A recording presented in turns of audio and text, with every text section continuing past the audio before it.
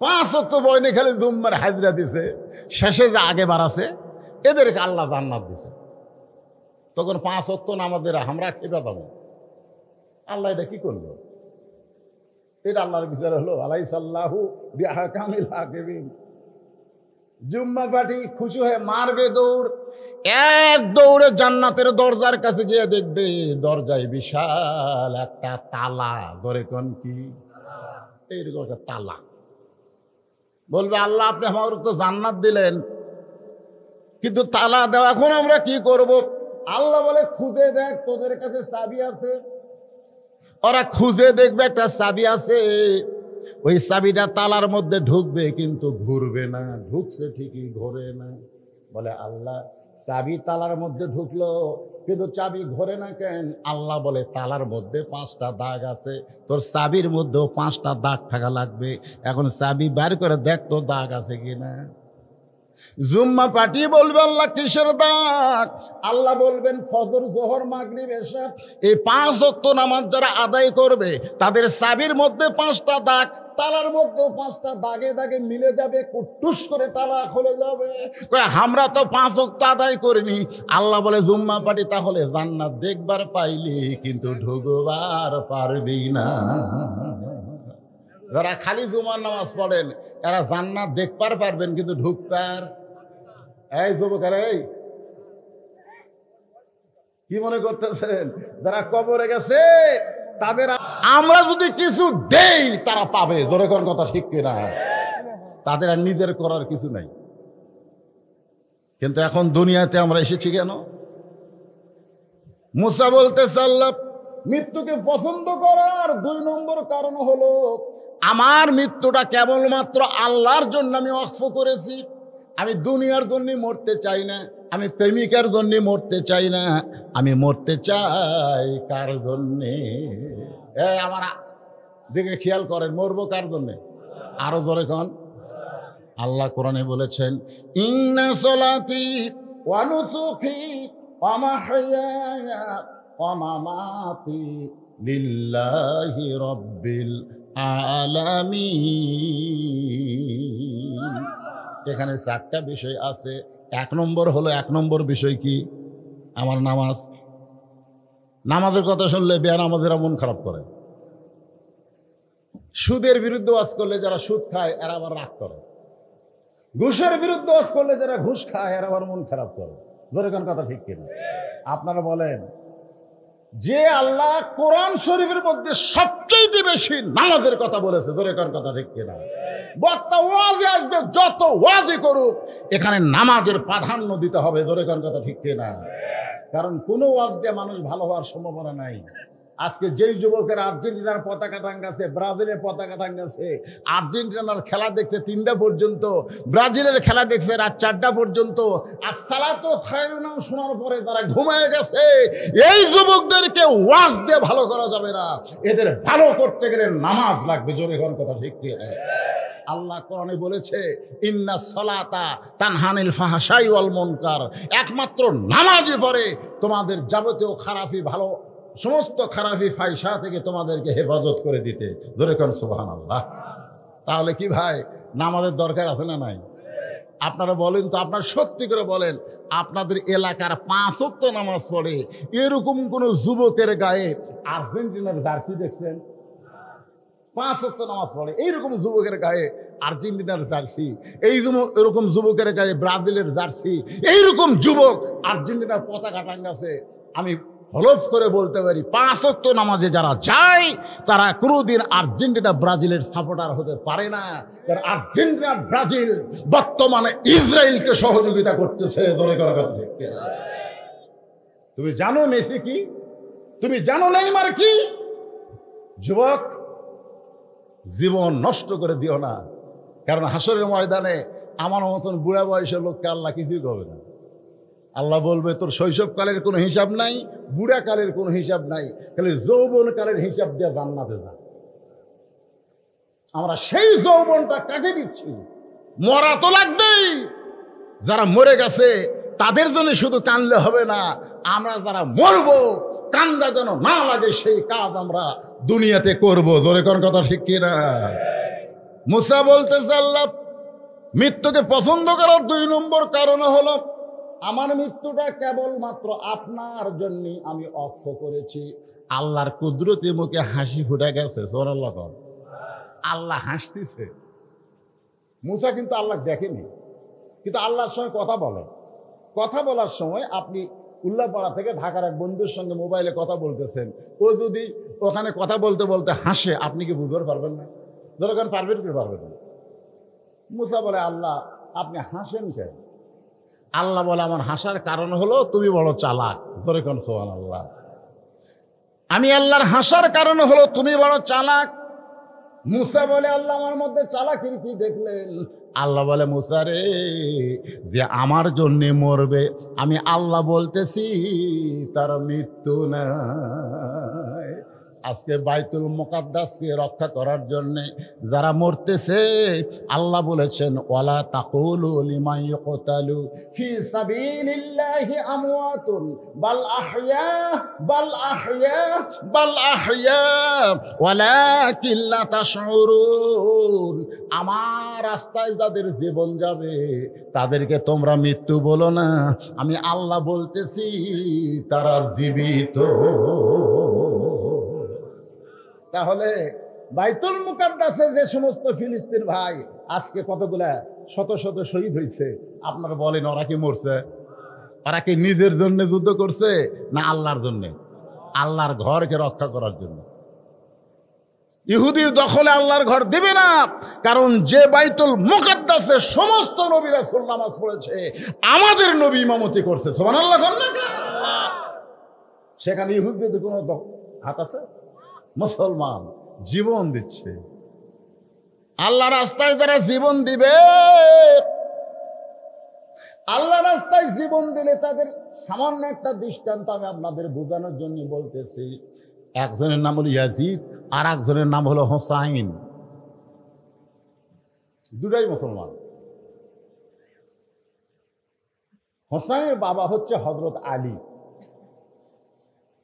রাসূলের জামাই। এই মনোযোগ দিয়ে শোনো। আর ইয়াজিদের বাপ হচ্ছে হযরতে মুআবিয়া রাদিয়াল্লাহু তাআলা আনহু, কাতিবে ওহী। ধরে কোন সুবহানাল্লাহ। নবীর কাছে যে আল্লাহর পক্ষ থেকে কোরআনের আয়াত আসে, সে আয়াতগুলো যিনি লেখে সেটা হচ্ছে ইয়াজিদের বাপ। তাহলে ইয়াজিদের বাপ সাহাবী, হোসাইনের বাপও সাহাবী। কিন্তু একজন মরে গেছে, আর একজন কিয়ামত পর্যন্ত বেঁচে আছে। ধরে কোন কথা ঠিক কিনা? আপনারা বলেন তো, কে বেঁচে আছে? যাই মরিছে না যাক মারা হয়েছে? বাংলাদেশের 3টা প্রেসিডেন্ট ক্ষমতার থাকতে বিদায় নিয়েছে। যদি বলা হয় বঙ্গবন্ধু শেখ মুজিবুর রহমান, সবাই বলবে মারছে। যদি বলা হয় জিয়াউর রহমান, সবাই বলবে মারছে। যদি বলা হয় জিল্লুর রহমান, সবাই বলবে মরছে। তাহলে দুটার বেলা কি কয়? কথা কয় না। কেরে গোরস্থানের মানুষের ওয়াজ একটু মনোযোগ দিয়ে শোনা লাগবে। দুটার ব্যাপারে কেউ কোনোদিনও বলবে না বঙ্গবন্ধু মরছে, এ কথা বলবে মারছে। জিয়াউর রহমান মরছে, এ কথা কেউ বলবে মারছে। আর জিল্লুর রহমান মারছে, এ কথা কেউ বলবে না, সবাই বলবে মরছে। এখন আপনাদের কাছে আমার প্রশ্ন, রাত গভীর হয়ে গেছে, গভীর রাতে একটু চিন্তা ভাবনা করে উত্তর দেন তো, মারা আর মরা এই দুটাকে এক? ভাগ কিন্তু আছে। মারার মরার মধ্যে তফাৎ কি, এইটা বোঝানোর জন্য বলতেছি।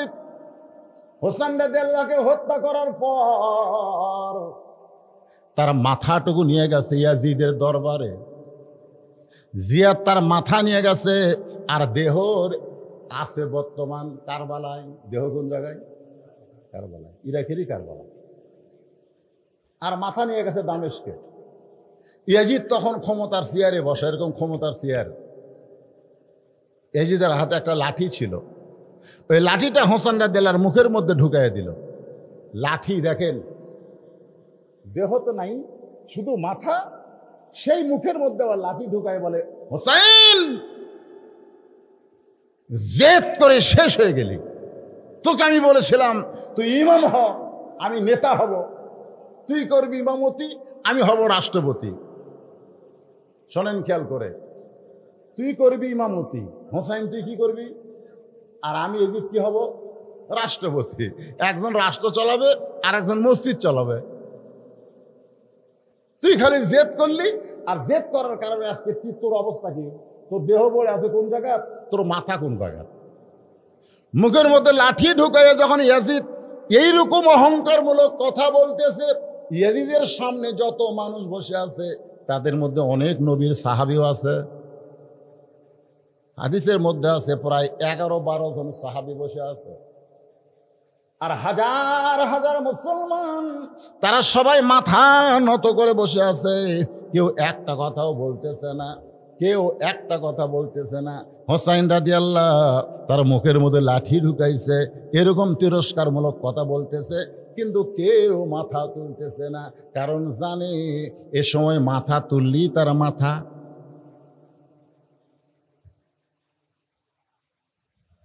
কি খবর?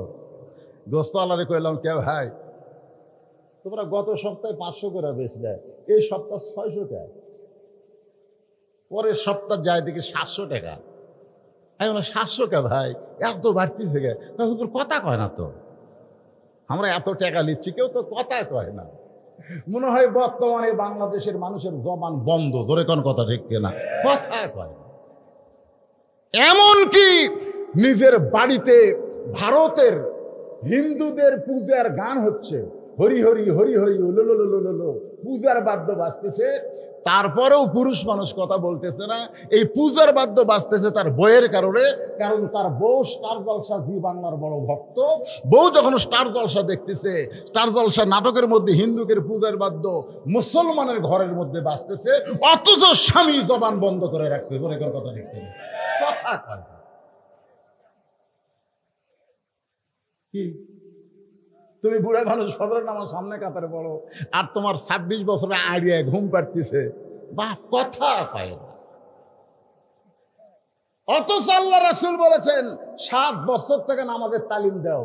নিয়ত কি করা লাগবে, রুকু কেমনে করা লাগবে, সেজদা কেমনে করা লাগবে, কোন জায়গায় কোন দোয়া পড়া লাগবে, এই 3 বছর তালিম দাও। আর 10 বছর থেকে মারিয়া পিঠে তাকে নামাজে নিয়ে যাও। জোরে কোন কথা ঠিক কি নাই? এই কয় বাপ আছেন, খালি আড়িয়া ফেলতেছে না, আড়িয়ে সারাদিন খালি ঘরে আড়িয়ারা খালি ঘুরতেছে রাস্তা দিয়ে। কি কয়দিন ঘুরবো? ঘুরতে ঘুরতে একদিন বদরশীদের মতন বুড়া হয়ে যাবা। তোরেকার কথা ঠিক কিনা? বুড়া হয়ে যাবা, তখন তোমার মধ্যে মরার ভয় আসবে, আল্লাহর ভয় না। কিসের ভয়? মরার ভয়। মসজিদের নামাজ পড়বার যায় দেখে, আর মাজা ও বিয়ারিং যে মিশিং চলে না, সেই মিশিং হতাল চট চলাবার গেলে চলবি, কারণ বিয়ারিং টিয়ারিং সব জাম মারছে। বিয়ারিং জাম মারছে, বিয়ারিং জাম মারা বোঝেন না? এখন হাঁটুর বিয়ারিং জাম মারছে, মাথার বিয়ারিং জাম মারছে, আর রুকু করে পারে না, সেজদাও করে পারে না, ওই সিয়ারত বসে থেকে খালি করতেছে। ফেরেশতা কয়, আল্লাহ এই যে তুমি কোরআনে কইছো কুমু লিল্লাহি কানিতিন, দাঁড়াও লিল্লাহি আল্লাহর জন্য কানিতিন, আনুগত্য নিয়ে দাঁড়াও, নামাজ দাঁড়িয়ে পড়তে হবে, দাঁড়াতে হবে। আর এই সারাদিন হাতে বাজারত যায়, 10-এর ব্যাগ নিয়ে বাড়িতে আসে, আর মসজিদ আসে চেয়ার নিয়ে বসে, এর খবর কি? আল্লাহ বলতেছে সরকারি চাকরি না করে কেউ যদি পেনশন চায়, ওই জীবনেও পেনশন পাবি না। ধরে কোন কথা ঠিক কিনা? তো যৌবন বয়সে যদি তুমি নামাজ না পড়ো, বুড়া বয়সে চেয়ার ধরছে, তোমার ভাগ্যে পেনশন নাই, তোমার ভাগ্যে সোয়াব নাই, তোমার ভাগ্যে কবরে আসলে খালি। যদি ফুলগুলো হয় অভিমানে ঝরে যায়, আমি মালা গেথে বলো কারে পরাবো, সে যে কেন এলো না, কিছু ভালো লাগে না, কবরে আসুক তারে আমি। কি কোন মজা আছে না নাই? ধরে কোন আছে না নাই? আমার মা বোনেরা পর্দার অন্তরে যারা বসে আছেন, আমার সামনে যে বাবাজিরা বসে আছেন, সবাই একটু মনোযোগ দিয়ে শুনবেন। যে ওয়াজটা আমি করতেছি এটা সকলের জন্য সমান, কারণ পুরুষের জন্যও নামাজ, নারীর জন্যও নামাজ আছে না নাই? যখন আছে না নাই? দেখবেন অনেক মেয়েরা রোজা খুব করে, রোজার দিকে হাঁটে, কিন্তু নামাজ আছে না নাই? যখন আছে না নাই? এই মায়েদের বলবো, মা এক নম্বর আমল হলো নামাজ, যেটা হলো আল্লাহ পাওয়ার জন্যে। নামাজ যদি না থাকে তাহলে সে আল্লাহর জন্য মরতে পারবে না। মান সাআলাল্লাহু তাআলা আশ-শাহাদাতা বিসিদকিন বাল্লাগাহুল্লাহু মানাজিলাশ শুহাদাই ওয়া মাতা আলা ফিরাশিহি রাওয়াহুল বুখারী কিতাবুল মাগাজি। ধরে কোন সুবহানাল্লাহ। সবাই মাথা নিচু করে আছে। ইয়াজিদ খালি ইচ্ছা মতো বলে যাচ্ছে, হোসেন এখন তোর কি হলো? সমস্ত মুসলমান যখন মাথা নিচু করে বসে আছে, মাথা তুললেই মরার ভয়। মাথা তুললেই কিসের ভয়? মরার ভয়। মানুষের যখন মরার ভয় ঢুকে যাবে, ওই মানুষ আর হকের পক্ষে থাকতে পারবে না। কারণ মরার ভয়, ধরার ভয়, মরার ভয়, ধরার ভয়। আমার বউ আমারে কয়, এমন ওয়াজ করবেন উল্লাহ বাড়ার বাড়ির যেন আসবার পারেন, পুলিশ যেন না ধরে। আমি কইলাম, আমার এক রেজাউল ভাই, পুলিশ ধরা লাগেনি রে, পুলিশ ধরা লাগেনি রে, চলে গেছে। আমার বউ কয়, কুটি গেছে, কুটি গেছে, কুটি গেছে। তুমি পুলিশ ধরার ভয়ে কোরআনের হক কথা গোপন করলে, রাস্তার মধ্যে আজরাইল ধরবি। জোরে কোন কথা ঠিক কি না? কথা প্রকৃত মুসলমান যারা হবে তারা পুলিশ ধরার আগে আজরাইল ধরার চিন্তা করবে, যে আজরাইল ধরার সময় লা তামুতুন্না ইল্লা ওয়া আনতুম মুসলিমুন। আল্লাহ কোরআনে বলতেছে, মরিস না, মরিস না যতক্ষণ মুসলমান না হবে। এখন মুসলমান হয়ে মরতে গেলে কি লাগবে? ইন্না লিল্লাহি ওয়া ইন্না ইলাইহি রাজিউন। আয়াতের তাফসীর শোনা লাগবে না? জোরে লাগবে না? আমার মা বোনদের জন্য বলতেছি, মা, যদিও নামাজের ওয়াজ হচ্ছে, মুসা আলাইহিস সালামের মৃত্যুর পছন্দের 2 নম্বর কারণকে সামনে নিয়ে হোসাইন এখন মুখের মধ্যে লাঠি নিছে। এমন সময় একজন সাহাবী মাথা তুলছে। 10-12 জন সাহাবীর মধ্যে একটা সাহাবী মাথা তুলিছে, মাথা তুলছে। শুধু মাথা তোলেনি, খাড়া হয়ে গেছে। বসে থাকলে হবে না, বসে থাকলে হবে না তো।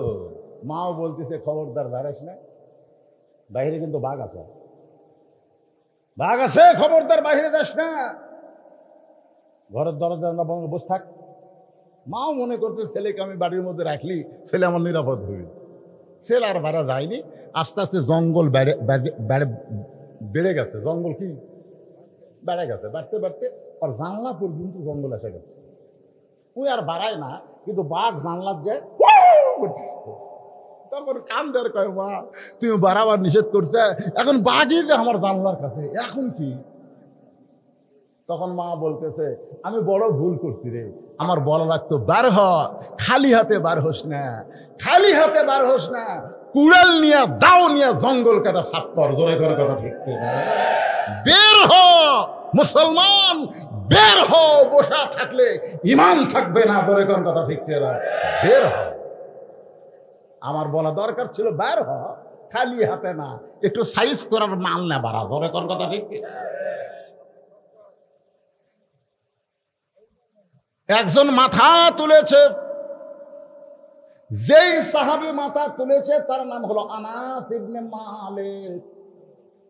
আনাস ইবনে মালিক, যিনি একাধারে 10 বছর আল্লাহর নবীর খেদমত করেছে। এখন অনেকে মনে করতে, হুজুর নবীর খেদমত করতেছে মানে নবীর পাও টিপে নাকি? এখন কতগুলো বক্তা এসে দেখবেন, আমি দেখছি অনেক হাফেজি মাদ্রাসায় বক্তা এসে 3 জন ছাত্র লিখছে, ওরা ফট করে এক পর্দা দেয়, এরকম একটা পর্দা টানে দেয়, বুঝলেন? পর্দা টানে দেয়, হুজুর রেস্টে আছে।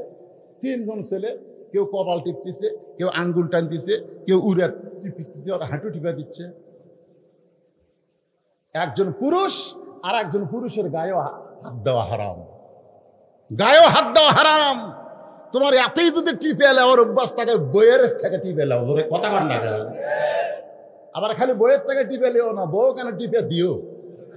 কারণ আল্লাহ কোরআনে বলেছেন, হুন্না লিবাসুল লাকুম ওয়া আনতুম লিবাসুল লাহুন্না।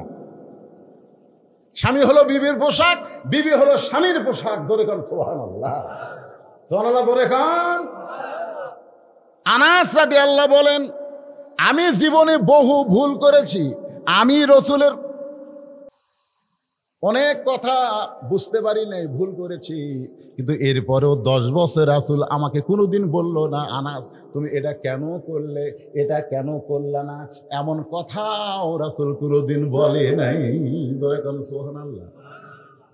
আনাস বলে, ইয়াজিদ তুমি যার মুখে লাঠি ঢুকাইয়া ব্যঙ্গ করতেছো, তিরস্কার করতেছো, সেই হোসেনকে তুমি চেনো? সুবহানাল্লাহ। সেই হোসেনকে তুমি চেনো? চেনো? আগে চেনা লাগবে তো, আগে চেনা লাগবে না? আলেমদের না চিনলে সম্মান দিবের কোত্থেকে? আগে চেনা লাগবে। তুমি চেনো হোসেনকে? আমি 10 বছর নবীর খাদেম ছিলাম, নবীর গোলাম ছিলাম, এ কথা বলা হারাম, এ কথা বলা হারাম। কেউ যদি নাম রাখে গোলাম নবী, নাম রাখা হারাম। গোলাম রব্বানি নাম রাখা যাবে, গোলাম রব্বানি, রবের গোলাম বলা হবে, নবীর গোলাম বলা যাবে না, নবীর খাদেম বলা যাবে। ধরে কোন কথা ঠিক কিনা? কথাগুলো খুব খেয়াল করবেন। নাম তো গোলাম রসুল, আমি রাসূলের গোলাম, তো চাপাত লাত্তি মেরা জাহান্নামে পাঠাবে। রাসূলের গোলামি করার জন্য আল্লাহ তোমাকে এখানে পাঠাই নাই, রাসূলকে অনুসরণ করার জন্য আল্লাহ বলেছে। ধরে কোন কথা ঠিক কিনা? অনেকে নাম গোলাম রসুল, গোলাম নবী। আমি কই ভাই এগুলো ভাই কত হুজুরের সামনে পরিচয় দিল। কি মনে করতেছেন কার গোলাম হওয়া লাগবে? নাম রাখেন গোলাম রব্বানি, গোলাম রহমানি, এগুলো নাম রাখা জায়েজ আছে, আল্লাহর গোলাম। আমি 10 বছর রাসূলের খেদমত করেছি। রাসূল ফরজ নামাজগুলো মসজিদে পড়তেন, আর নফল সুন্নতগুলো নিজের বাড়িতে পড়া পছন্দ করতেন। আল্লাহ রাসূল নফল নামাজের সেজদায় প্রত্যেকে, ওই হোসাইন যার মুখে লাঠি ঢুকাইছো, সেই হোসাইন তখন ছোট্ট ছিল, প্রত্যেকে এসে আল্লাহ নবীর পিঠে চড়েছে। নবী আছে নামাজের সেজদায়, আর নবীর পিঠে চড়ে বলতেছে, চল ঘোড়া চল, চল ঘোড়া চল, চল ঘোড়া চল। আনাস বলে, ইয়াজিদ রে আমার সহ্য হলো না, নবী নামাজের সেজদায় আর হোসাইন চল ঘোড়া বলতেছে। আমি আস্তে করে নবীর পিঠ থেকে হোসাইনকে যখন নামাতে গেলাম, এমন সময় নবী সেজদা দেওয়া অবস্থায় আমার হাত দিয়ে ইশারা করলেন নামাস না। আমি আবার ফিরে আসলাম, কিছুক্ষণ পরে হোসাইন বলতেছে, যেই ঘোড়া চলে না সেই ঘোড়ার পিঠে চড়ে আমার লাভটা কি? রাগ করে হোসাইন যখন ঘর থেকে বার হয়ে যায়, নবী নামাজ শেষ করে যখন সালাম ফিরাই, আমি রাসূলের সামনে গিয়ে বললাম, ইয়া রাসূলুল্লাহ এত বড় বেয়াদবি হোসাইন করলো, আমি নামার চাইলাম কিন্তু আপনি নিষেধ করলেন কেন? রাসূল বলে, আনাস আমি হোসেনকে পিঠ থেকে নামাবার চাইছিলাম, আমি নামাবার চাইছিলাম কারণ আল্লাহর সেজদায় আছি। এমন সময় আল্লাহ যদি হোসেনের উপর বেজার হয়, এই মনে করে আমি যখন নামাবার চাইলাম, আল্লাহ ডাকতে বলে, হাবিব আপনি যেমন হোসেনকে ভালোবাসেন, আমি আল্লাহ তেমন ভালোবাসি। আপনার পিঠে যতক্ষণ বসে থাকবে আপনি হোসেনকে নামাবেন না। ওমর ফারুক বললেন, ইয়া রাসূলুল্লাহ আসরের প্রথম সেজদায়, প্রথম রাকাতের প্রথম সেজদায় আমরা সুবহান রাব্বিল আলা, সুবহান রাব্বিল আলা 3 বার বললাম, কিন্তু দ্বিতীয় সেজদায় 100 বার বলি, তারপরেও আপনি সেজদা তোলেন না, কারণ ইমাম সেজদা না তুললে মুসল্লিরা তো সেজদা তোলা যাবে না। ইয়া রাসূলুল্লাহ তাহলে আসরের নামাজের প্রথম সেজদায় 3 বার আর দ্বিতীয় সেজদার কি 100 বার রাব্বিল আলা বলতে হবে? আল্লাহ রাসূল বলে, সাহাবীরা রে আমি দ্বিতীয় সেজদায় 100 বার রাব্বিল আলা বলিনি, কিন্তু সেজদা লম্বা করার কারণ কি তোমরা জানো? বলে, না রাসূল আমরা তো জানি না। বলে, তোমরাও সেজদায় আমিও সেজদায়। এমন সময় আমার 2 নাতি হাসান হোসেন এসে আমার পিঠের উপরে চড়ে বসেছে। এখন সেজদা কেমনে তুলি? আমি তুলবার চাই কিন্তু আল্লাহ তুলতে নিষেধ করে। রে সাহাবীরা শোনো, সাইয়্যিদুশ শাবাবি আহলিল জান্নাহ হাসান হোসেন রাদিয়াল্লাহু তাআলা আনহুমা জান্নাতি যুবকদের সর্দার হবে হাসান হোসেন। এদেরকে যে ভালোবাসে না, আমি নবীকেও সে ভালোবাসে না। আর আমি নবীকে যে ভালোবাসে না সে আল্লাহকেও ভালোবাসে না। আল্লাহকে যদি পাবার চাও তাহলে নবীর সাথে হাসান হোসেনের প্রেমটাও কলিজার মধ্যে রাইখা দাও। ধরে কর না সুবহানাল্লাহ। ইয়াজিদ নবীরে ঘোড়া বানাইছে, আল্লাহর ভালো লাগে। আর তুই মুখের মধ্যে লাঠি ঢুকায় তিরস্কার করিস। তুই হোসেনকে চিনিস?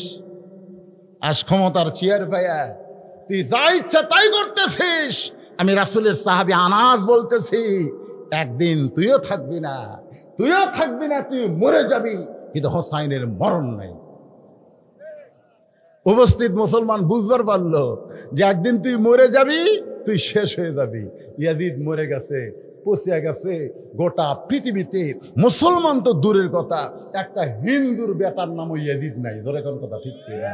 আর প্রত্যেকটা পাড়ায় পাড়ায় হোসাইন আছে না নাই? ধরে কোন আছে না নাই? তার মানে বোঝা গেল আল্লাহর জন্য যারা জীবন দেয় তারা কিন্তু মরে না, তারা কিয়ামত পর্যন্ত অমর হয়ে যায়। মুসা বলে আল্লাহ মৃত্যুকে পছন্দ করার 3 নম্বর কারণ, সুবহানাল্লাহ বলেন, 2 নম্বর কারণ হয়ে গেছে, এখন 3 নম্বর মজার কারণ, অত্যন্ত মজা।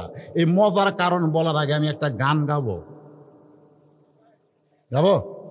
গানটা শুনে আপনারা বুঝবেন, আধা বুঝবেন কিন্তু পুরা বুঝবেন যে 3 নম্বর কারণটা কি। এই কি হচ্ছে, তোমরা এই ডিস্টার্ব করো, এই দিকে তাকাও, সামনে বসিয়ে করা হয়। 3 নম্বর কারণ একটা গান গায়। এই ছেলেরা, গানটা কিন্তু যিনি গাইছে তিনি হচ্ছে খ্রিস্টান, ওর নাম হলো এন্ড্রু কিশোর। ধরে নাম কি? এন্ড্রু কিশোর।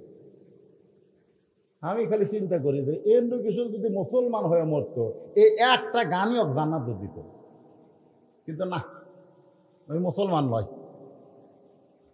যেরকম নবীর চাচা আবু তালেব রাসূলের যে ভালোবাসা দিছে, আল্লাহ রাসূল নিজেই বলেছে আমি বাপ হারা হতে পারি কিন্তু আমি এতিম না, আমি এতিম নই, আমার বাপ না এটা বলতে পারো, কিন্তু আমার এমন এক চাচা আবু তালেব পেয়েছি যে চাচাকে বাবার পরে আমার বাবা নাই, এ কথা আমার কোনোদিনও মনে হয়নি। এত দয়া করেছে আবু তালেব, তারপরও জান না। কারণ কি? ঈমান নাই। আবু জেহেল নামের কোনো মুসলমান আছে? আবু লাহাব নামে কোনো মুসলমান আছে? কথা কয় না, কিন্তু আবু তালেব আছে। দেখছেন, আবু তালেবও কাফের, আবু লাহাবও কাফের, কিন্তু আবু লাহাব নামে কোনো মুসলমান নাই। আবু তালেব নামে কেন আছে? আবু তালেবে তো মুসলমান না, কুফুর অবস্থায় চলে গেছে। এটা আজকে আমি আপনাদের বুঝাই দিব। দুটাই নবীর চাচা, আবু লাহাব নবীর চাচা, আবু তালেব নবীর চাচা, দুটাই কাফের। এক কাফের নামে কোনো মুসলমানের নাম নাই, আর এক কাফের আবু তালেবের নামে মুসলমানের নাম আছে। যখন আছে না নাই? কারণ কি? একজন আবু তালেবকে আমি বললাম, ভাইজান তুমি যে নাম রাখছো আবু তালেব, তুমি জানো আবু তালেবকে? নবীর চাচা। আচ্ছা বলো আবু লাহাবকে? আবু লাহাব তো কাফের। কাফের হলে হবে না, নবীর কে সেটা কও। কই যে হুজুর আমি তো জানি না, আমি ওটাও নবীর চাচা। তা আবু লাহাব নাই কে? তোমার নাম আবু তালেব কে? কই হুজুর আমার বাপ রাখছে, আমি জানি না। রাখা ঠিক আছে, আবু তালেব। আমি বলে আবু তালেব নাম রাখা জায়েজ আছে। শোনাল্লাহ খান কি জন্য জায়েজ শোনা লাগবে না? হ্যাঁ, এটা শোনা লাগবে। কারণ গান ঢাকাকে কই আপনারা খুব খেয়াল করবেন, গানের দিকে খেয়াল দেখেন তো। মুসা নবীর মৃত্যুকে ভালোবাসা 3 নম্বর কারণ আপনারা বুঝবার পারেন কিনা? চলতে পথে 2 দিন থামিলাম, যাবার কালে একজন আরো দেখা না পাইলাম। ও আমার সাদের মালা যায় রে ছিঁড়ে, রইব না আর বেশি দিন তোদের মাঝারে। ডাক দিয়েছেন, এই জায়গাতে একটু ভুল হলো। ওই হিন্দুতেও বা খ্রিস্টান ওই দয়াল কবি, কিন্তু আমরা দয়াল কব না, আমরা বলবো আল্লাহ। ধরে কোন কি বলবো? তাহলে কি বলেন? ডাক দিয়েছেন আল্লাহ আমারে। আপনারা বলেন ডাক দিবে আল্লাহ আমারে, এইটা এন্ড্রু কিশোর না বলে কেন বললেন দিয়েছেন? কারণ দিয়েছেন হলো অতীতকাল। তিনি গানের মধ্যে বর্তমান ভবিষ্যৎ না বলে ডাক দিবে হলো, এটা হলো বর্তমান, ভবিষ্যৎ দিয়েছেন হলো অতীতকাল। আপনারা বলেন তো গানের মধ্যে কি বলেছেন? ডাক দিবেন দয়াল আমারে, না ডাক দিয়েছেন? তো ডাক দিয়েছেন কেন বললেন?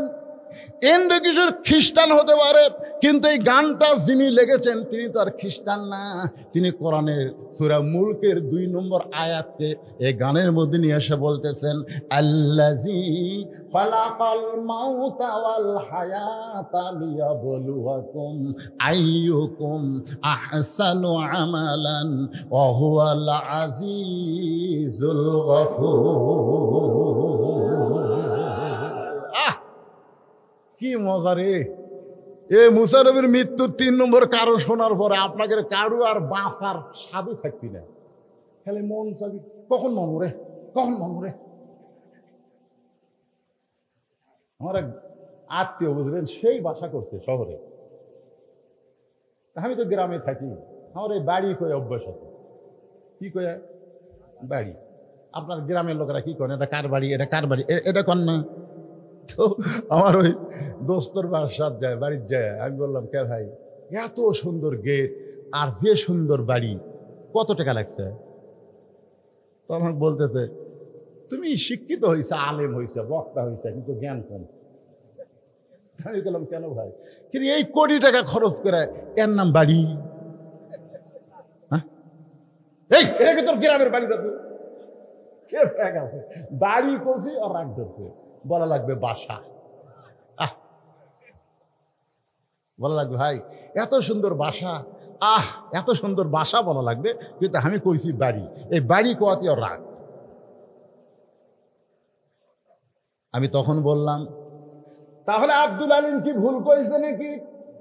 ও আমারে বলতেছে আব্দুল আলিম কি কইছে?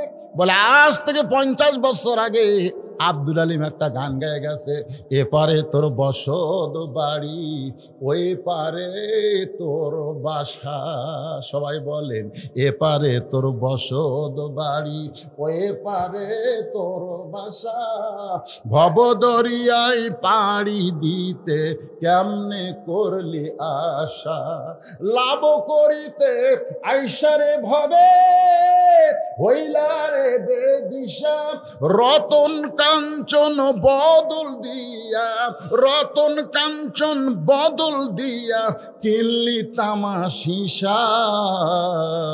এপারে তোর বসত বাড়ি, ওই পারে তোর বাসা। তো আমারই কইল, ভাই এ গান দিয়ে আপনি কি বুঝাইলেন?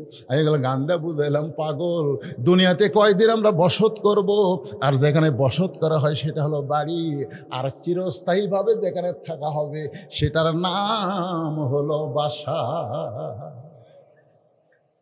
আপনাকে অনেক ধনী মানুষ সিরাজগঞ্জ শহরে বাসা করছেন, কিন্তু আপনাদের এই পূর্ণিমাঘাতি তাদের বাড়ি আছে, মাঝে মধ্যে তারা কিন্তু আসে, থাকতে চায় না। ধরে কোন ঠিক কিনা? গ্রামের লোকেরা বলে, ভাই এতদিন পরে যখন আইসেন বাড়িতে একটু থাকেন। কয় না ভাই, আমার বাসার যাওয়া লাগবে, আমার বাসার যাওয়া লাগবে। তার মানে বাড়িটা দেখতে আসা যায়, কিন্তু থাকার জায়গা না। আমি থাকবো বাসায় গিয়া। ইমাম গাজ্জালি বলেছেন, দুনিয়ার যেগুলো বাসা আছে তোমরা বাসা মনে করে আশা করতেছো থাকবে চিরকাল, কিন্তু শহরের বাসা থাকলে গ্রামের বাড়ি যেমন তোমার ভালো লাগে না, জান্নাতে যাদের বাসা তৈরি করা হয়ে গেছে তাদের দুনিয়াও ভালো লাগবে না। আইসে ঠিকই তাদের যাইতে হবে, এই চিন্তা তারা সব সময় করবে। কথা বলেন ঠিক? এখন মুসা নবী মৃত্যুকে পছন্দ করার 3 নম্বর কারণ বলবো।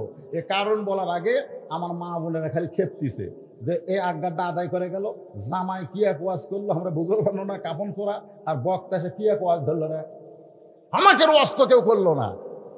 ঠিক কিনা বলেন? এই জন্য মাত্র 5টা মিনিট, কারণ ওরা যদি ভালো হয় শান্তিকার, না বউ যদি ভালো হয় শান্তিকার, পাড়ার লোকের না স্বামী। হ্যাঁ, আমাদের বউগুলা পাড়া ঠিক করছে বুঝলেন, কিন্তু বাড়ি ঠিক হয়নি। পাড়া ঠিক, গোটাল পাড়ার সবাই বলে, ভাবি ভাবি, হ্যাঁ ভাবি আপনার যে কি সাইজ, মনে হয় আপনার বিয়ে হয়নি। দেখো আল্লাহ তোমার কি চোখ দিছে রে, আর আমার স্বামী এই ভালো কথা আমার কোনোদিনও কয়নি। আমি পেলাম যারা বলতেছে ভাবি মনে হয় তোমার বিয়ে হয়নি, এরা এই তারিফ করার কারণে হলো ওভার ডিউটি মারবার চাই। ধরে কোন কথা ঠিক না? আর স্বামীর তো ওভার ডিউটি না, স্বামীর হলো ডিউটি। কারণ আপনাদের পূর্ণিমা গাজিতে এই জায়গায় আমি আবার কোনোদিন আসতে পারবো তার কোনো গ্যারান্টি নাই। ধরে কোন কথা ঠিক কিনা? একই থানায় ওয়াজ ছিল আমার আর কাউসারির, একই থানায়। যেদিন মারা গেল আমার ওই থানাতে ওয়াজ ছিল। আমরা দুই ভাই এক জায়গা তো ওয়াজ নাই, কিন্তু একই থানায়। আমাকে আজরাইল সেদিন ধরবার পারেনি, আমাকে হয়তো খুঁজিছে, খোঁজার পর দেখতেছে কোনটা ধরলে এখন কাম হবে, এক কাউসারি ধরছে না। ওয়াজ ওঠার আগে আমাকে বললো, ভাইজান শরীরে আমার একটু খারাপ লাগতেছে, আপনার কখন দেবে? আমি বেল করে চালাচ্ছিলাম। আমি বললাম ভাই এর কিন্তু কি অভ্যাস হলো, কেন আদায় করতেছে বক্তা তুলে দেওয়ার আক্কেলই নেই। আমি তাই বলতেছি তাহলে দোয়া করেন ভাই, আমি টেতর যাচ্ছি, শরীর একটু নার্ভাস লাগতেছে, দোয়া করেন। আমি দোয়া করলাম, ফি আমানিল্লাহ। কি ভাবতেছেন? বাড়িতে বলে গেছে বউকে যে 2টার দিকে আসবো। কাউসের ভাইয়ের একটা অভ্যাস ছিল, বাড়িতে আসলে বউ দুধ গরম করে রাখে, 2 জন মিলা খায়। স্বামীর জন্যই বউ রাখে, কিন্তু স্বামী আবার একলা খায় না, বউ মিলা খায়। এই জন্য স্বামী যাওয়ার মাত্র কয়েকদিন পরে বউ চলে গেছে। ধরে কোন কথা ঠিক? 17 দিন মাত্র 17 দিন পর। এলা গোপন খবর তো জানেন না, খালি ধান্দা। আসতে কানে কানে কেউ হুজুর রাজনীতির অর্জন করেন না, কয়দিন থাকবো রে দুনিয়া? হ্যাঁ কয়দিন থাকবো? বাড়ি বানাতো ঢাকা, 5 তলা 2টা 1.5 লাখ টাকার খা, 12,000 টাকার কম্বল। পৌষ মাসের 9টার সময় বলতেছে আমার বাসা আমার ঘর আমার নামাইকে। 2 কান্দের ফেরেশতা বলতেছে আল্লাহ এ কি কয়, আমার বাসা আমার ঘর আমার নামাইকে? আল্লাহ বলতেছে ধৈর্য ধর, দেখা যাক। রাত 3টার সময় একটা ভূমিকম্প। ধরে কোন কি কম্প? সামান্য বিল্ডিং লয়ে উঠছে, ওই এত ফোর্সে নামছে, কম্বলের মধ্যে লঙ্গি খুলে আছে, এরা পর্যন্ত পড়ার টাইম পায়নি। 2 কান্দের ফেরেশতা বলতেছে আল্লাহ নামাইলা, তাই বলে ন্যাংটা করে নামালা। আল্লাহ বলে সহজে যদি নাম্বার না চায় তার ভাগ্য এরকমই হয়, তো ইজ্জু মান তাশা ওয়া তুযিল্লু মান তাশা বিয়াদিকাল খায়র ইন্নাকা আলা কুল্লি শাইইন কাদির। কিছুদিন আগে তুরস্কে ভূমিকম্পে কত মানুষ মারা গেছে, কত বিল্ডিং মাটির তলে চলে গেছে। ধরে কোন কথা ঠিক কিনা? তো তাহলে এগুলা কি বাড়ি না বাসা? এ কথা কম। মুহসিনের মৃত্যুকে ভালোবাসার 3 নম্বর কারণ বলার আগে আমার মা বোনদের জন্য 5টা মিনিট ওয়াজ করব, একটু ধৈর্য ধরে শুনতে হবে, কারণ আমার মায়েরা তো আমাদের অংশ। ধরে কোন ঠিক কিনা? কারণ একজন নেপোলিয়ান বলেছে মা যদি ভালো হয় তার পেটের সন্তান আল্লাহর ওলি হয়। নেপোলিয়ান ছিল খ্রিস্টান, ও কিন্তু মরিয়মের কথা, মা মরিয়মের কথা মনে করে বলেছে, কারণ মরিয়মের স্বামী ছিল না, তার পেট থেকে ঈসা আলাইহিস সালাম বের হয়েছে। এই কারণে একজন নেপোলিয়ান বলেছে মা যদি ভালো হয় তার সন্তান ভালো হয়। কিন্তু একজন মুসলমান আমরা বলবো মা যদি ভালো হয় তার সন্তান আল্লাহর ওলি হয়। যেমন আব্দুল কাদের জিলানী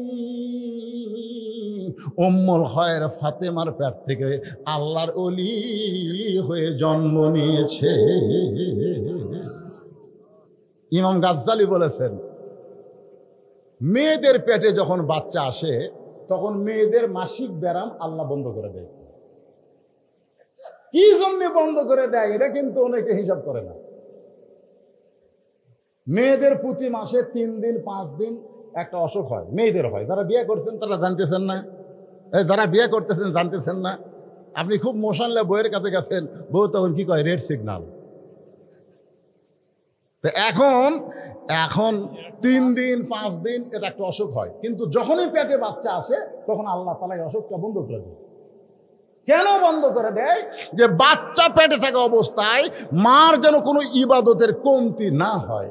এই অসুখ হলে কোরআন পড়া যাবে না, নামাজ পড়া যাবে না, রোজা করা যাবে না। এই জন্য আল্লাহ সন্তান পেটের সাথে সাথে সন্তানের জন্য মায়ের ইবাদতের যেন কোনো কমতি না হয়, এই জন্য অসুখ বন্ধ করে দেয়। কারণ মায়ের ইবাদতের সাথে, মায়ের খাওয়ার সাথে, মায়ের ঘুমানোর সাথে, মায়ের বেড়ানোর সাথে, মায়ের কথার সাথে পেটের বাচ্চারও একটা সম্পর্ক হয়ে যায়। পেটত বাচ্চা নিয়ে মা যদি গোটা পাড়া ঘোরে, সেই সন্তান দুনিয়াতে সে কোরআনের মাহফিলে বসে থাকবে না, কারণ পেটের মধ্যে ওর ঘরণী ব্যারাম শুরু হবে। তোর কোন কথা ঠিক? আল্লাহর বান্দার একটু মনোযোগ দেন। মা, আপনাদের 1 নম্বর আমল হলো অকরণা ফি বুয়ুতিকুন্না ওয়ালা তাবাররুজনা তাবাররুজাল জাহিলিয়াতিল উলা। গভীর রাত্রে হযরত আলীর বুকের ভিতরে ফাতেমার মাথা ফোঁপায় ফোঁপায় কাঁদতেছে। আলী বলে, ফাতেমা কান্দো কেন? বুকের মধ্যে মাথা দিয়া কান্দো কেন? বলে, স্বামী কান্দার কারণ হলো আল্লাহ আমার দোয়া কবুল করছে। সুবহানাল্লাহ কবেন না? হযরত আলী বলতেছে, সুবহানাল্লাহ, আল্লাহ দোয়া কবুল করছে, তাহলে কান্দো কেন? ফাতেমা বলে, স্বামী গো, কি দোয়া আল্লাহ কবুল করছে এইটা কি আপনি শুনবেন না? আলী বলতেছে, তাহলে বলো কি দোয়া আল্লাহ কবুল করলো? ফাতেমা বলতেছে, আল্লাহ আমার পর্দার দোয়া কবুল করেছে। আমি দোয়া করেছি, আল্লাহ এই ফাতেমাকে পর্দার মধ্যে তুমি মৃত্যু দিও। আল্লাহ তাআলা বলেছে, ফাতেমা তোমার দোয়া আমি কবুল করে নিলাম। আলী বলতেছে, তাহলে খুশি হওয়ার কথা, কান্দো কেন? খুশি হওয়ার কথা, কান্দো কেন? সারা জীবন যেই ব্যক্তি পর্দা করেছে, মরার সময় তো সে পর্দার ভিতরেই মরবে। কারণ যারা পর্দা করে না তাদের কথা আলাদা, কিন্তু যে ফাতেমা পর্দা করেছে আমি স্বামী হিসেবে তো জানি, তাহলে তুমি পর্দার মধ্যে মরবে, আল্লাহ কবুল করেছে, তাহলে কান্দার কারণ কি? ফাতেমা বলে, স্বামী গো, সেই দোয়া কবে কবুল হয়েছে সেইটা কি শুনবেন না? আলী বলতে যে, কবে সেই দোয়া কবুল হয়েছে? ফাতেমা বলে, স্বামী মনে কষ্ট নেবেন না, মন খারাপ করবেন না, আজকে গভীর রাত্রে পর্দার ভিতরে ফাতেমার মৃত্যু হবে। যে বলেছে আজকে গভীর রাত্রে পর্দার মধ্যে ফাতেমার মৃত্যু হবে, দাঁত যেরকম গোড়া কাটলে পড়ে যায়, হযরত আলী তেমনি পড়ে গেলেন ঘরের মাঝে। মা ফাতেমা মুস্কি মুস্কি হাসতেছে, মুস্কি মুস্কি হেসে স্বামীর কপালে একটা চুমা দিয়ে বলে, স্বামী গো, আমি আমার বাবার কাছে শুনেছি আপনি হলেন আসাদুল্লাহিল গালিব। আমার বাবা বলেছে, আলী শুধু আলী না, আলী হচ্ছে আল্লাহর সিংহ। ধরে কান সুবহানাল্লাহ। আমার বাবা বলেছে, আনা মাদিনাতুল ইলমি ওয়া আলিউ বাবুহা, আমি হচ্ছে এলেমের শহর, আলী হচ্ছে তার দরওয়াজা। আপনি হলেন জ্ঞানের সম্রাট, আপনি হলেন বিশ্ববীর, বিশ্ববীর আর জ্ঞানের সম্রাট হইয়া আমার মৃত্যুর খবর শুনে এমন করে আপনি পড়ে গেলেন কেন? আপনি কি জানেন না এই দুনিয়া থাকার জায়গা না, আসলে যাইতে হবে। স্বামীর কপালে চুমা দিচ্ছেন, গভীর রাত্রে যিনি মৃত্যুবরণ করবেন, যিনি মৃত্যুবরণ করবেন তিনি জীবিত মানুষকে বুঝাচ্ছেন, আপনি কি জানেন না আসলে যাইতে হবে। এখানে যারা বসে আছেন ভাই, আপনারা শূন্যস্থান পুরা করবেন। আমি যেই বলবো আসলে, আপনারা বলবেন যাইতে হবে। বলতে পারবেন কি পারবেন না? আসলে যাইতে হবে। এটা কি অন্তর থেকে বলেন?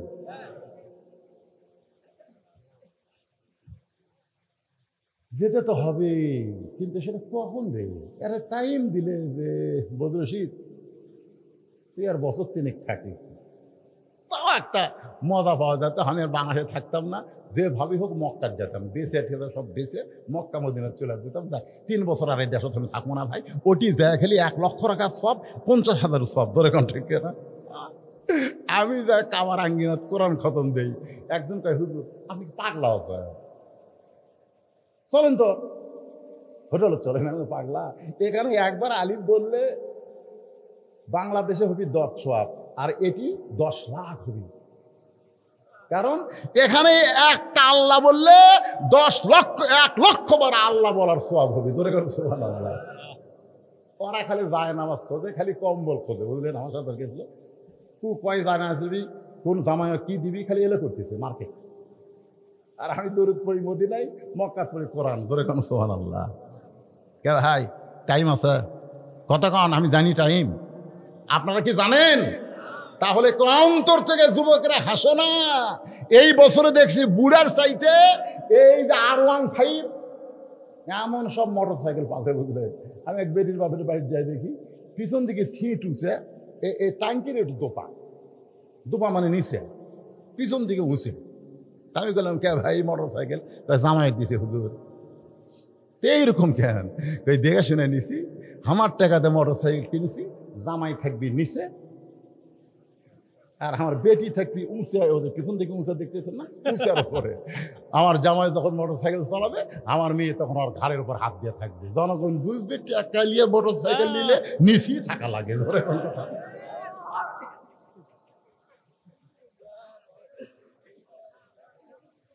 মনে হচ্ছে না, বলছে না? আসার সময় তো আমার গাড়ির সাথে মনে হয় একটা বাইজা লিখছে, ওরা হ্যাক ব্যাক বোঝো না, মানে হাইড্রোলিক ব্রেক। যতই বিপদ ধর্ম রে, এক সময় তোর হুঁশিয়ার আল্লাহ কাটা নিবি, ব্রেক ধরার টাইম হবি না। ধরে কোন কথা ঠিক কিনা? তাই সবাইকে লক্ষ্য করে আমরা সবাই একসঙ্গে বলবো, আসলে এই দুনিয়াতে এসেছি যারা, কখন যাব আমরা জানি না। ফাতেমা বলে, স্বামী গো এমন করে আপনি কাঁদবেন না। আপনি যদি এমন করে কাঁদেন তাহলে আমি মরে যাওয়ার পর আমার 3টা চাওয়া আপনি কেমনে পুরা করবেন? আলী আরো জোরে কান্দে, রে ফাতেমা, দুনিয়াতে গরিব ছিলাম বলে তুই কিছুই চাইলা না, আর মরার পরে তুমি কি চাইবা ফাতেমা? হযরত আলী এত গরিব ছিল, একদিন আল্লাহর নবী জোহরের নামাজের পরে ফাতেমার দরজায়, আসসালামু আলাইকা ইয়া আহলাল, আসসালামু আলাইকুম ইয়া আহলাল বাইত। সঙ্গে সঙ্গে ফাতেমা দরজায় এসে কান্না শুরু করে দিলেন। রাসূলুল্লাহ, ফাতেমা, আমি কিন্তু দরজা থেকে তোর ঘরের মধ্যে দরজার বাইরে কান্না শুনতে পাচ্ছি। ফাতেমা বলে, বাবা ফেরত যান, আমি দরজা খুলতে পারবো না। আল্লাহ রাসূল বলে, ফাতেমা একটু দরজা খোল, আমি তোর এক নজর দেখবার চাই। ফাতেমা কান্দের বলে, বাবা এখন যেই পোশাক আমার পরনে আছে, এই পোশাক পরে আপনার জন্য দরজা খুলতে আমার বড় শরম লাগতেছে। আল্লাহ নবী চলে গেলেন। আসরের নামাজের পরে নবী এসে ফাতেমার দরজায় বললেন, মা আর পারলাম না, একটা নজর তোকে আমি দেখতে চাই, তোকে দেখার জন্য কলজা ছটফটায়। ফাতেমা কান্দে বলে, বাবা এমন একটা পোশাক আমার পরনে, যেই পোশাক পরে আপনার জন্য দরজা খুলতে বড় শরম লাগে। আল্লাহ রাসূল গায়ের চাদর এক টানে খুলে জানলার পাশে গিয়ে বলে, ফাতেমা এই চাদরখানা তুই নে মা, এই চাদর পরে আমার জন্য তুই দরজা খুলে দে। নবীর গায়ের চাদর ফাতেমার শরীরে জড়ায়া আল্লাহ নবীর জন্য, বাবার জন্য দরজা খুলে দেয়। নবী তাকায় দেখে ফাতেমা বাবার মুখের দিকে তাকায় না, মাটির দিকে তাকায় আছে। আল্লাহ রাসূল কান্দের বলে, ফাতেমা তোরে দেখার জন্য আমি চাদর দিয়ে ঘরের দরজা খুললি, তারপরেও আমার মুখের দিকে কেন তাকাস না, কেন তাকাস না? যেই মাত্র ফাতেমা নবীর মুখের দিকে তাকাইছে, আল্লাহ রাসূল বলতে, ফাতেমা এত সুন্দর তোরে লাগতেছে, চোখের তলে কি সুরমা দিয়েছিস মা? কি কালিমা, কি সুন্দর কালো লাগতেছে। ফাতেমা কান্দার বলে, বাবা আজকে কয়েকদিন হলে না খাওয়ার কারণে আমার চোখের নিচে কালি পড়ে গেছে। আল্লাহ নবী ফাতেমার হাত ধরে বললেন, ফাতেমা এত কষ্টের পরেও আমার আলীরে তুই কিছু বলবি না, কারণ ধনী ধনী ছেলেরা তোকে বিয়ে করবার চাইছিল, আমিও বিয়ে দিবার চাইছিলাম, কিন্তু আল্লাহ আলীরে তোর জন্য পছন্দ করে যখন বলল, আমি তখন কি করব মা? ও ফাতেমা, যদি শান্তি পাবার চাস তাহলে 33 বার সুবহানাল্লাহ, 33 বার আলহামদুলিল্লাহ, আর 34 বার আল্লাহু আকবার জিকির কর। তোর দেহের ক্ষুধা চলে যাবে, আল্লাহ রূহের ক্ষুধা দূর করে দিবে।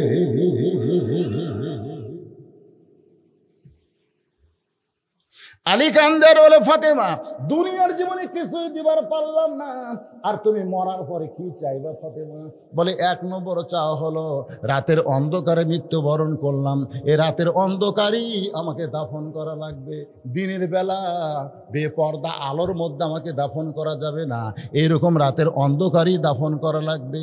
আমার চাওয়া হলো আমি মরে যাব, রাতের অন্ধকারই আমাকে দাফন করবেন। আমার 2 নম্বর চাওয়া হলো আমার কোনো জানাজার ব্যবস্থা করবেন না, আমার কোনো জানাজার ব্যবস্থা করবেন না। আলী বলে, ফাতেমা তুমি নবীর কলিজার টুকরা, লক্ষ মানুষ তোমার জানাজায় শামিল হবে, তুমি কেন জানাজা নিষেধ করো? ফাতেমা বলে, স্বামী গো, আমি এতদিন পর্দার মধ্যে থেকে আল্লাহর হুকুম আমল করার পরে বুঝতে পেরেছি, লক্ষ মানুষ যদি বলে ফাতেমা ভালো, আল্লাহ কিন্তু লক্ষ মানুষের দিকে তাকায় থাকবে না, আল্লাহ খালি আপনার মুখের দিকে তাকায় থাকবে। আপনি যদি বলেন ভালো না, তাহলে লক্ষ মানুষের দোয়া দিয়ে ফাতেমার 1 তিল পরিমাণ লাভ হবে না। আর দুনিয়ার তামাম মানুষ যদি বলে ফাতেমা খারাপ, আর আপনি যদি বলেন আমার বউ ফাতেমা ভালো, এক স্বামীর মুখের সার্টিফিকেটে ফাতেমার জান্নাতের 8টা দরজা খুলে গেল। আমার মায়েরা, পদ্মার অন্তরে যারা আছেন মা, গ্রামের লোক আপনাকে ভালো কোক, দুনিয়ার লোক ভালো কোক, এইটা কোনো সময় আপনি চাবেন না।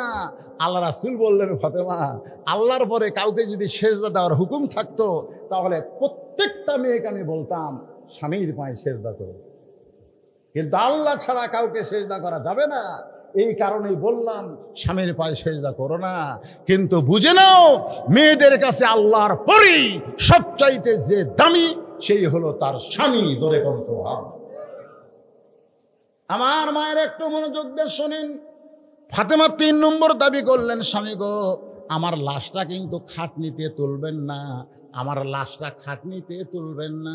আমি ফাতেমার দেহের ওজন কত, এটা দুনিয়ার কোনো মানুষ যেন বুঝবার না পারে। সুবহানাল্লাহ। বর্তমানে যে খাটনি কান্দে নেওয়ার 4 জন, সে 4 জন তো আমার নাই। আমার বাবা যদি দুনিয়াতে জীবিত থাকতো, মরা মেয়ে লাশের খাটনি বাবা কান্দে নিবার পারত। আমার হাসান হোসেন যদি বড় হইতো, তাহলে মায়ের লাশের খাটনি কান্দে নিবার পারত। 6 মাস আগে আল্লাহর নবী দুনিয়া থেকে বিদায় হয়ে গেছে। আমার হাসান হোসেন এত ছোট, ও গো স্বামী, আমার লাশটা শুধু আপনি কান্দে নিয়া ওই জান্নাতুল বাকির পূর্ব কোনায়, এই যে হজ করেছেন আমার বাবাজি, আল্লাহ আমাকেও করাইছেন, আপনিও তো করছেন, জান্নাতুল বাকির পূর্ব কোনায় সবুজ রঙের একটা বাতি জ্বলতেছে, ওই বাতি বরাবর আমাকে দাফন করে দেবেন। আপনি কবর খুঁড়তে না পারলে কাউকে বলবেন সে যেন কবর খুঁড়ে দেয়, সে যেন দুনিয়ার কারো কাছে কবরের খবর না জানায়। হযরত আলী গভীর রাত্রে আবু যর গিফারির জানলার কাছে ফসফস করে কাঁদতেছে। আবু যর গিফারি ঘুম থেকে চেতন পায়, বাইরে এসে দেখে পৃথিবীর শ্রেষ্ঠ বীর আসাদুল্লাহিল গালিব কান্দে। আবু যর বলে, আলী রে, বহু যুদ্ধ তোর সঙ্গে করলাম, কোন যুদ্ধে তোকে পরাজিত হতে দেখি নাই, কিন্তু আজকে কেন কান্দিস আলী? কি দুঃখ তোর জীবনে, কোন যুদ্ধে তুই পরাজয় বরণ করলি? আলী কান্দের বলে, আবু যর, জান্নাতুল বাকির পূর্ব কোনায় সবুজ রঙের একটা বাতি জ্বলতেছে, ওই বাতি বরাবর একটা কবর কর। আবু যর গিফারি বলে, আলী কেউ মরে নাই, কার জন্য কবর করব? আর মরলে রাতের বেলা কেন করব? দিনের বেলা কি কবর খনন করা যাবে না? আলী বলতেছে, আবু যর, একজন পর্দানিশী গভীর রাত্রে মৃত্যুবরণ করবে, আবার গভীর রাত্রি তাকে দাফন করা লাগবে। আবু যর গিফারি বলে, আলী রে, সেই পর্দানিশী কে গো? তার কি তোমার নাম জানা নাই? সেই পর্দানিশী কে, তার নাম কি তুমি বলবা না? আলী বলতেছে, আবু যর, 6 মাস আগে আমার 2টা সন্তান নানা হারাইছে, আজকে 6 মাস পরে হাসান হোসেন আবার মা হারাবে।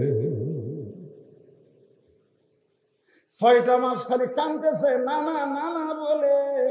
আজকে আবার মা গভীর রাত্রে দুনিয়া থেকে বিদায় নেবে। আবু যর গিফারি কোদাল নিয়ে কবর খুঁড়তে গেছে, তাকায় দেখে বাতি জ্বলতেছে। যে বাতি জ্বলতেছে এই বাতির কোনো তার নাই, বাতির কোনো সুইচ নাই, বিনা তারে বিনা সুইচে আল্লাহর হুকুমে বাতিখানা জ্বলতেছে। বাজান একটু খেয়াল করবেন, বাতির আলো গোলাকার হয়ে পড়ে, কিন্তু চার কোনা কবরের মতন পড়েছে। ওই আলোর মধ্যে আবু যর গিফারি কোদাল দিয়ে কবর খোঁড়া শুরু করলো। এক সময় আবেগে বলতেছে, কবর রে, দিনের বেলা খুঁড়তে আসলাম না, রাতের বেলা খুঁড়তেছি, তুই কি জানিস তোর মধ্যে কাকে রাখা হবে? কবর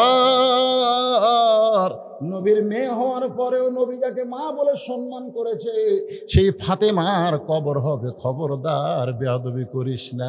আবার 2 কোদাল মারার পরে বলে, কবর রে, জান্নাতের যুবকদের সর্দার হাসান হোসেনের মায়ের কবর হবে, খবরদার বেয়াদবি করিস না। আবার কোদাল মাইরা কয়, আসাদুল্লাহিল গালিব আলীর বিবির কবর হবে, খবরদার কোনো বেয়াদবি করিস না।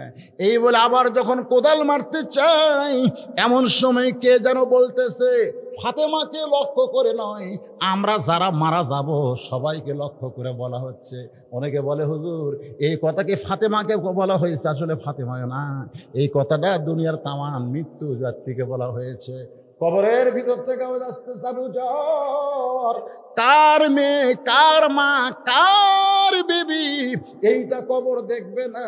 কবরের পাথেও জোগাড় করে যদি কবর আসতে পারে, কবর তার জন্য জান্নাতের ঘর হয়ে যাবে। আর কবরের পাথেও জোগাড় না করে যদি কবরে আসে, কবর তার জন্য জাহান্নামের গর্ত হবে।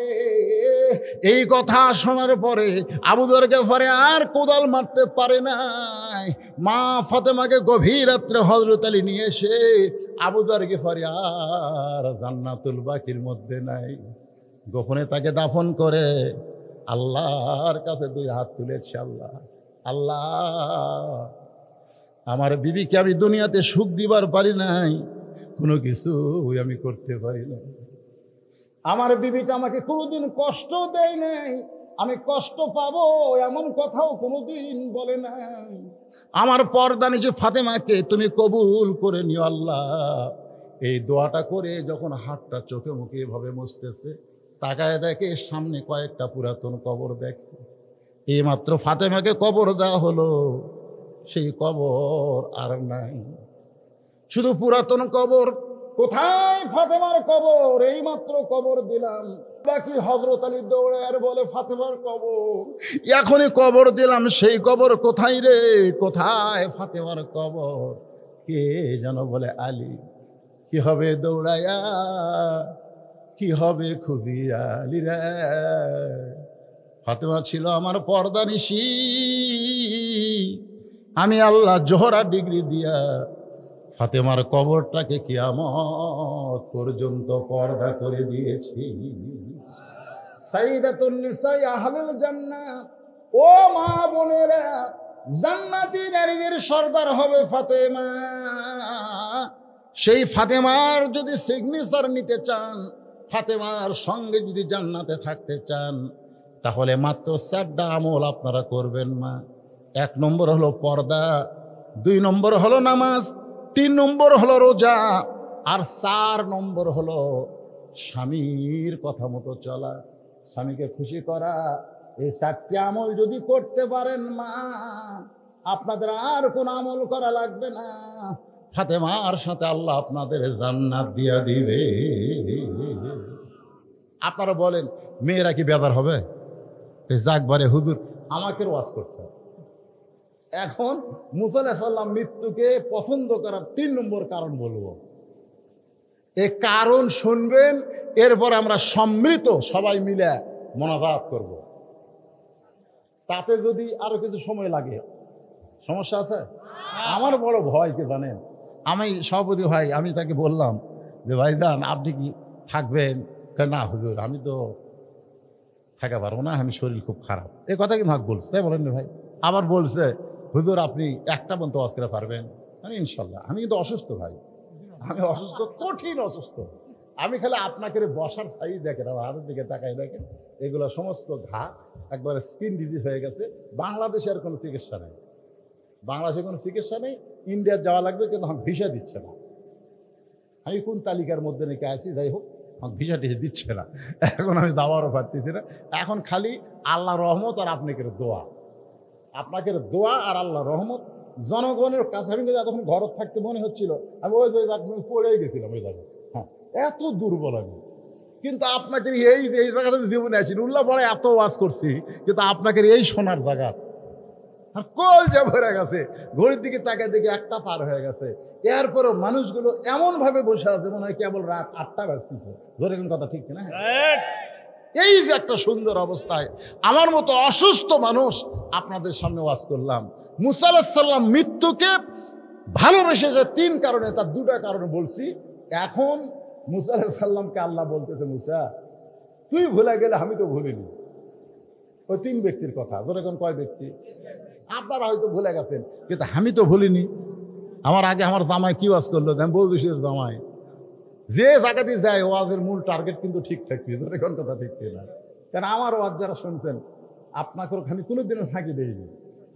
ওয়াজ এক ডাল বেড়ে করে থুয়ে চলে গেল, ভাই অন্য জায়গায় যাবেন, অন্য জায়গায় যাবেন কিরে, আমি বাড়ি যাওয়ার পারবো কিনা তারই গ্যারান্টি নাই। ধরে কোন কথা ঠিক কিনা? এই জন্য যেখানে যে আলোচনা করি ওখানেই শেষ করে দিই, সমাপ্তি করে দিই। তো মুসা আলাইহিস সালাম বলতেছে, আল্লাহ তাহলে 3 জনের খবর কি? আল্লাহ বললেন, যে ব্যক্তি ধনী হসে গরিব হবার চায় ওরে বলো ও যেন আল্লাহ শুকরিয়া কমে দেয়। ও বলবে আমার বাড়ি আমার ঘর, এটা আল্লাহর কিছুই নেই। ও বলবে ওই যে দেখতেছেন না হুজুর, ওই পুকুর আমার, ওই সাইডে যে জমিগুলো দেখতেছেন এগুলো সবই আমার, ওই পিছনে যা দেখতেছেন ওগুলো আমার, সামনে যা দেখতেছেন আমার ভাইয়ের, আমার চাচা। এলাকার মধ্যে কারো পা দেওয়ার জায়গা নেই। তো সবই যদি তোমাকে হয় আল্লাহর, তোকে আল্লাহটা দেখতে গেলে 2 মিনিট হাঁটা লাগবে।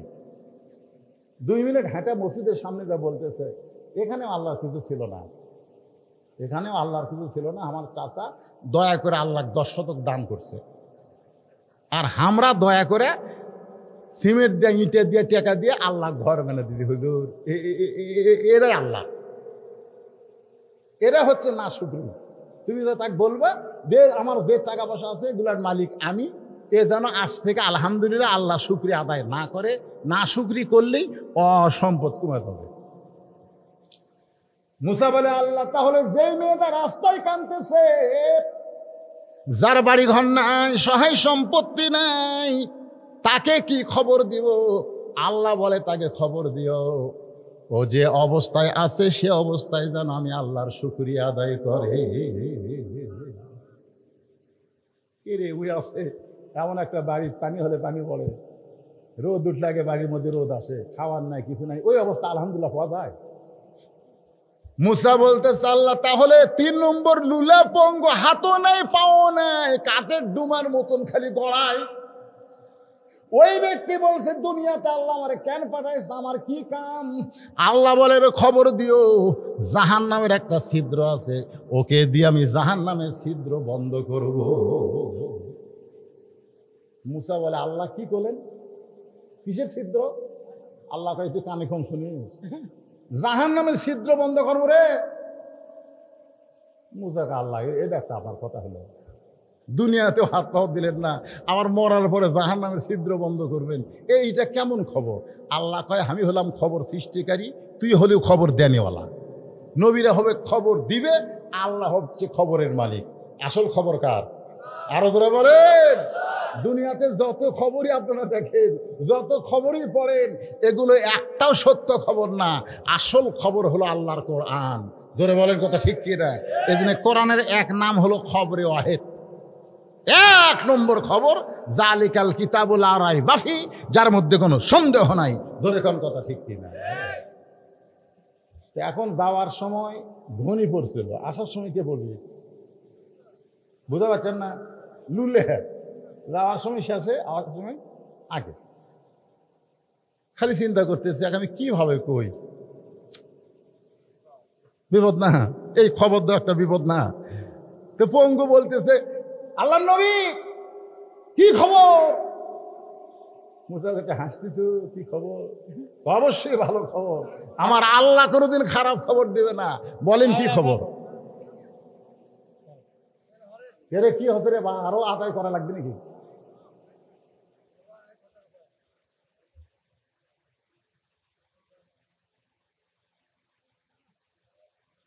আচ্ছা, মানে এটা দেওয়া মানে, আর আপনারা সবলিক মোনাজাত দিবেন না? না, আপনি যখনই শেষে কালেকশন দিবেন একটা দেই 2 মিনিট দিলে এরা এত জোরে দৌড় মারবি, বান্দর হলে ন্যাস খুলে যেত। জোরে কোন কথা ঠিক না? হ্যাঁ,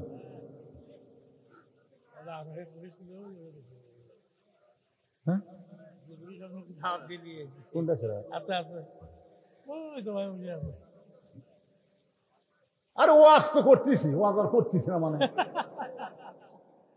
আপনারা কোন তো, আমি যে এখানে টেসে যাচ্ছি, টেসে আদার পথে আমি নিঃশ্বাস নিচ্ছি, খালি টাইনে মারতেছি না। কম প্রত্যেক ওয়াজ আমার শুনে দেখবেন, একটু গল্প করি, একটু হাসাই, একটু মানে একটু দম খাই আর কি, একটু সল্লি আলা মারি। কিন্তু আজকে কোনো দম আছে, খালি এক টানা আওয়াজ করতেছি। তো কি বলতে চাচ্ছি শোনেন, এই কথাগুলো অত্যন্ত গুরুত্বপূর্ণ কথা। যেরকম কি পূর্ণ? গুরুত্বপূর্ণ। এখন লুলা বলতেছে আল্লাহর খবর কোনোদিন খারাপ হবে না। মুসা বলতেছে যে খবর দিছে শুনলে তুই সহ্য করে পারবো না। বলে তাহলে আপনার বলতে অসুবিধা কি? আমি সহ্য করবো না পারলে আমি পারবো না, আপনি খবর দিয়ে দেখি। মুসা বলতেছে জাহান্নামের একটা ছিদ্র আছে, ওই ছিদ্র আল্লাহ তোকে দিয়ে বন্ধ করবে। সঙ্গে সঙ্গে লুলে চিল্লায় বলে আলহামদুলিল্লাহ। মুসা কই করে তোকে আমি জান্নাতের কছি না জাহান্নামের কছি? আপনি যা কর।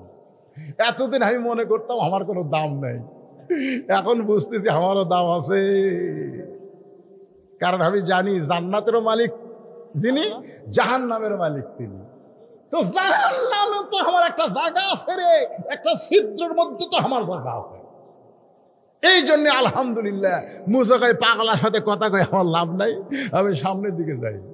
সামনের দিকে যাইতে আল্লাহ বলে হ্যাঁ মুসা, পঙ্গুর দিকে একবার তাকা। মুসা নবী তাকায় দেখে সুদর্শন একটা যুবক। মুসা বলে রে পঙ্গু, তুমি সুদর্শন যুবক কেমনে হলা? বলে আল্লাহর শুকরিয়া আদায় করার কারণে। লাইন শাকারতুম লাযীদান্নাকুম, আল্লাহ তাআলা আমাকে সৌন্দর্যের নিয়ামত দান করেছে। এবার বুড়ির সাথে দেখা, মহিলার সঙ্গে দেখা। ওগো আল্লাহর নবী আমার খবর কি? বলে যে অবস্থায় আছেন আলহামদুলিল্লাহ কম। বুড়ি কয় তোর মাথা খারাপ, তুই কিসের নবী রে? এই অবস্থায় কোনোদিন আলহামদুলিল্লাহ বলা যায় না।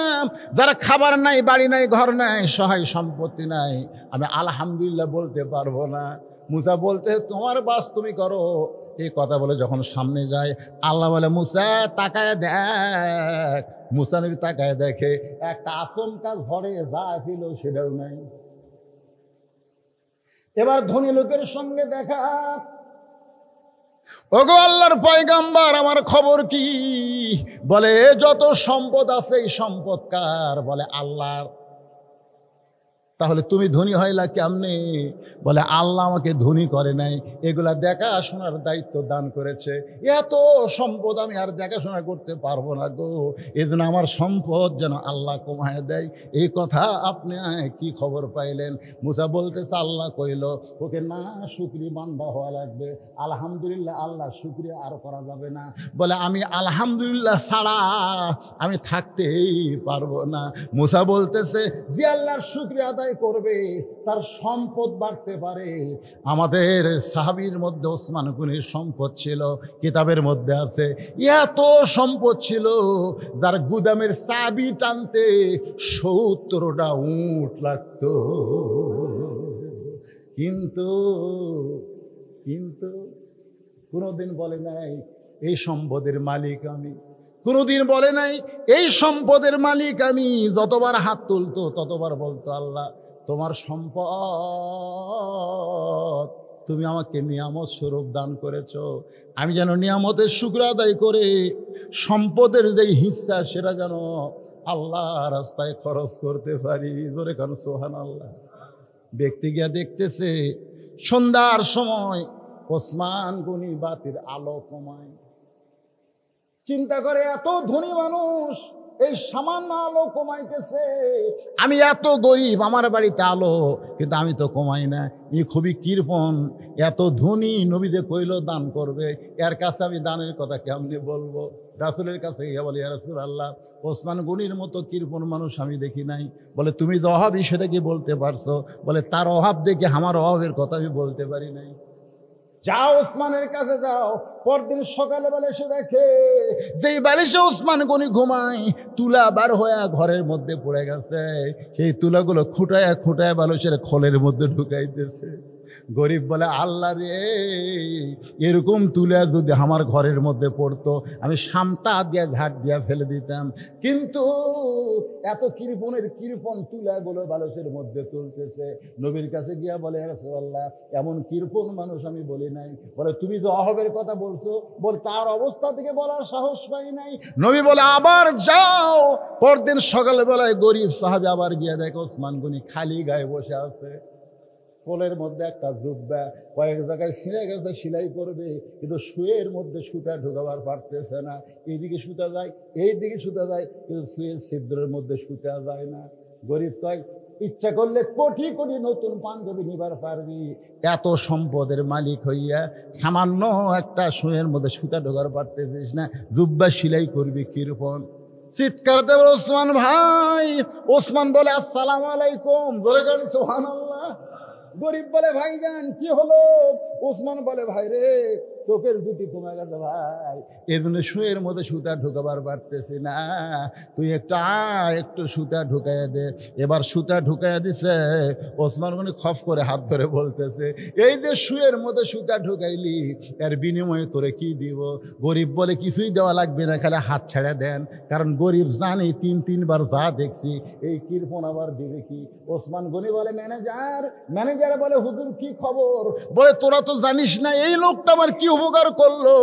আমার ছেঁড়া জুব্বা সেলাই করার জন্য শুয়ের মধ্যে সুতা ঢুকায় দিছে, এর বিনিময় হিসাবে একে 100টা উট দিয়া দে। গরিব বলে, হুজুর আপনি কি কন? সামান্য শুয়ের মধ্যে সুতা ঢুকাইলে 100 উট।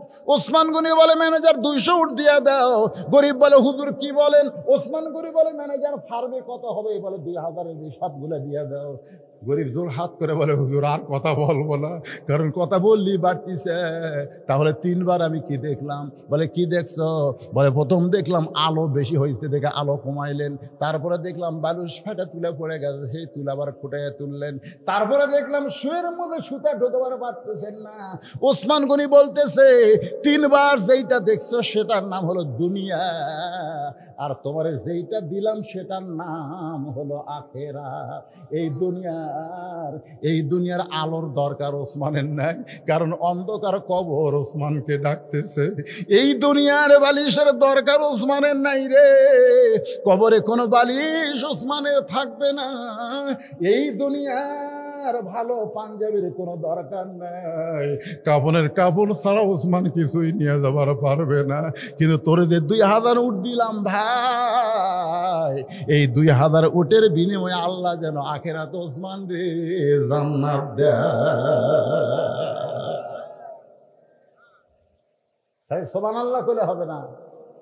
আমাকে বলছে, হুজুর ওসমান গনির মতন কোন পাগলা যদি এখানে থাকে, আখিরাতের প্রাধান্য দিয়ে গোরস্থান মাদ্রাসার প্রতি যদি একটু মহব্বত করে, আমি বেশি কিছু চাই না ভাইজান। এই মাদ্রাসায় ছাত্র কয়টা? এই আবাসিক ছাত্র কয়টা? কয়জন? 40 জন ছাত্রকে 40টা কোরআন শরীফ দেওয়া লাগে ভাই। এই হাজার হাজার মানুষের মধ্যে 40টা মানুষ আমি চাই একটা কোরআন শরীফ মাত্র 500 টাকা, এটা লগদ দান, বাকি না। বাপ মার কবরকে জান্নাত বানানোর জন্যে একটা ছাত্র হাতে একটা কোরআন শরীফ বাবদ 500 টাকা দেবেন। আপনি 500 টাকা দেওয়া মাত্রই আল্লাহ আপনার বাপ মার, আপনার নিজের নামে একটা কোরআন দানের সওয়াব দিয়ে দিবে। এতগুলো মানুষের মধ্যে মাত্র 40 জন ব্যক্তি আসেন 500 করে টাকা নিয়ে, একটা 500 টাকা লোড দেবে, একটা কোরআন দানের সওয়াব হবে। 40টা ছাত্রের হাতে 40টা কোরআন আমি চাই। 40-এর বেশি দিলে আমি নেব না, মাত্র 40টা। যে হারে আসতেছে সাহেবেন ভুল করল রে। কয়টা দিলেন? দুটাই দিছে মাশাআল্লাহ। একটা চাইছি ভাই আমার 2 কোরআন 1000 টাকা, আর একজন 1 কোরআন শরীফ বাবদ 500 টাকা, আর একজন কোরআন বাবদ 500 টাকা, আর একজন আল্লাহর কোরআন বাবদ 500 টাকা দান করলো, আর একজন কোরআন শরীফ বাবদ 500 টাকা দান করলো। আপনি খালি চেয়ার মিশে মন খারাপ করবেন না, খালি গণিন তো 40টা হলে আর সামনা করবেন না, বেশি দিলে মানুষ খেতে দেবে।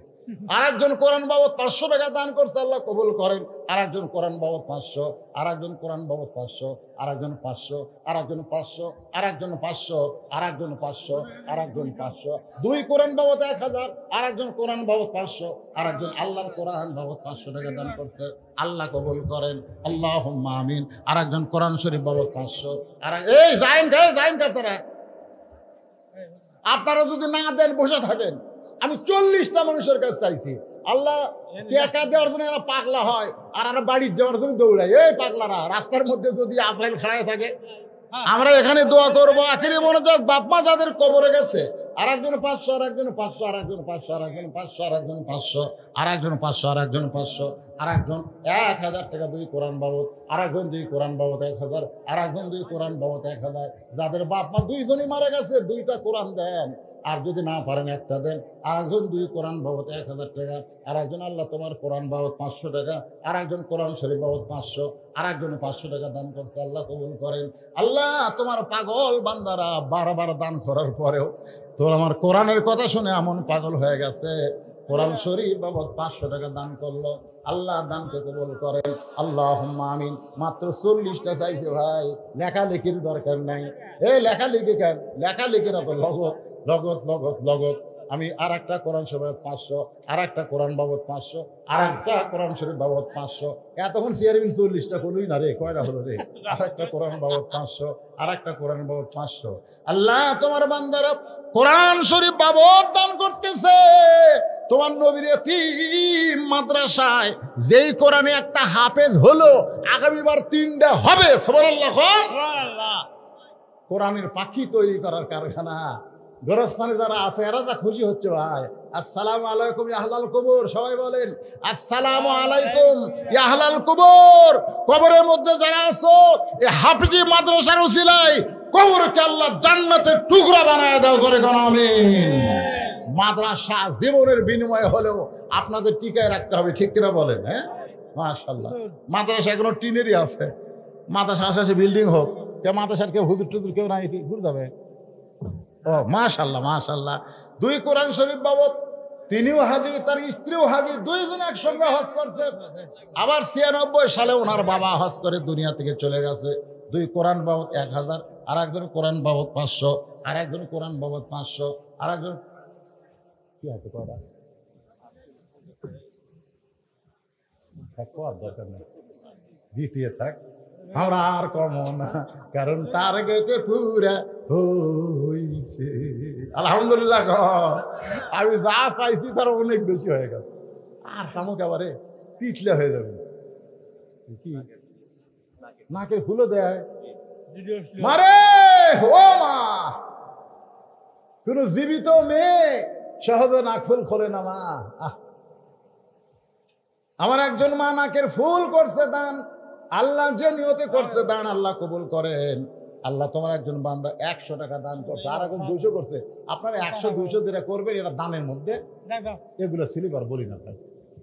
এমনি আপনাকে শোনেন, আমি মাইকে বললেই যে কবুল হবে আর না বললে যে হবে না, তাই তা কিন্তু না। এই যে মনে করেন সন্ধ্যার সময় আপনাকে এলাকার বক্তা সোহান ভাই দীর্ঘ টাইম এই নাম বললো, আমি খালি ঘরের তো শুনতে তারকে এ হারে নাম বলে বলে দোয়া করলে তুই কয় টাকা আদায় করবি রে? নাম বলা লাগবে, এটি যে স্লিপ আছে, আমি খালি স্লিপ পড়বার নাম কমো একটা 3টে বেঁধে যাবি, ধরে কম ঠিক কিনা? এ কি দরকার রে নাম বলার, কি দরকার? কারণ যাদের বাপ মা কবরে গেছে, দাদাদের কবরে গেছে, তারা অবশ্যই গোরস্থানের মাদ্রাসাকে টিকায় রাখার জন্য দান করবেই, ধরে কোন কথা ঠিক কিনা? নাম বলার দরকার নাই। আপনি লেখার সাথে সাথে আপনার নাম কি এই কাগজ আছে, জান্নাতের খাতায় আল্লাহ লিস্টি করে নিছে। দানবীর কাকে বলে? আর সাকিব হাবিবুল্লাহ। আল্লাহ রাসূল বলেছেন যারা দান করবে তারা আল্লাহর দোস্ত হবে, জোরে কোন সুবহানাল্লাহ। আল্লাহ কানা ফাসিকান, যদিও সে ফাসিক হয়, যদিও সে নামাজ পড়ে না, রোজা করে না, কিন্তু দান করে, এই দান করার কারণে আল্লাহ তাকে মাফ করে দিবে, জোরে কোন সুবহানাল্লাহ।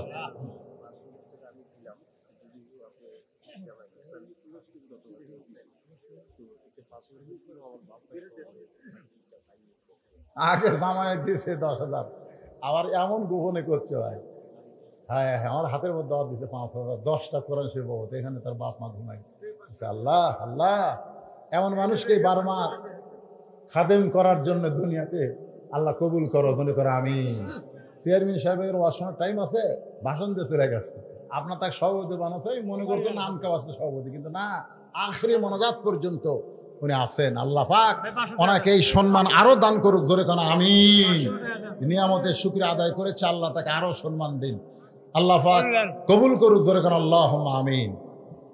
মুসা নবী বলতেছে আল্লাহ মৃত্যুকে ভালোবাসার 3 নম্বর কারণ হলো এই দুনিয়া ক্ষণস্থায়ী, আখিরাত চিরস্থায়ী।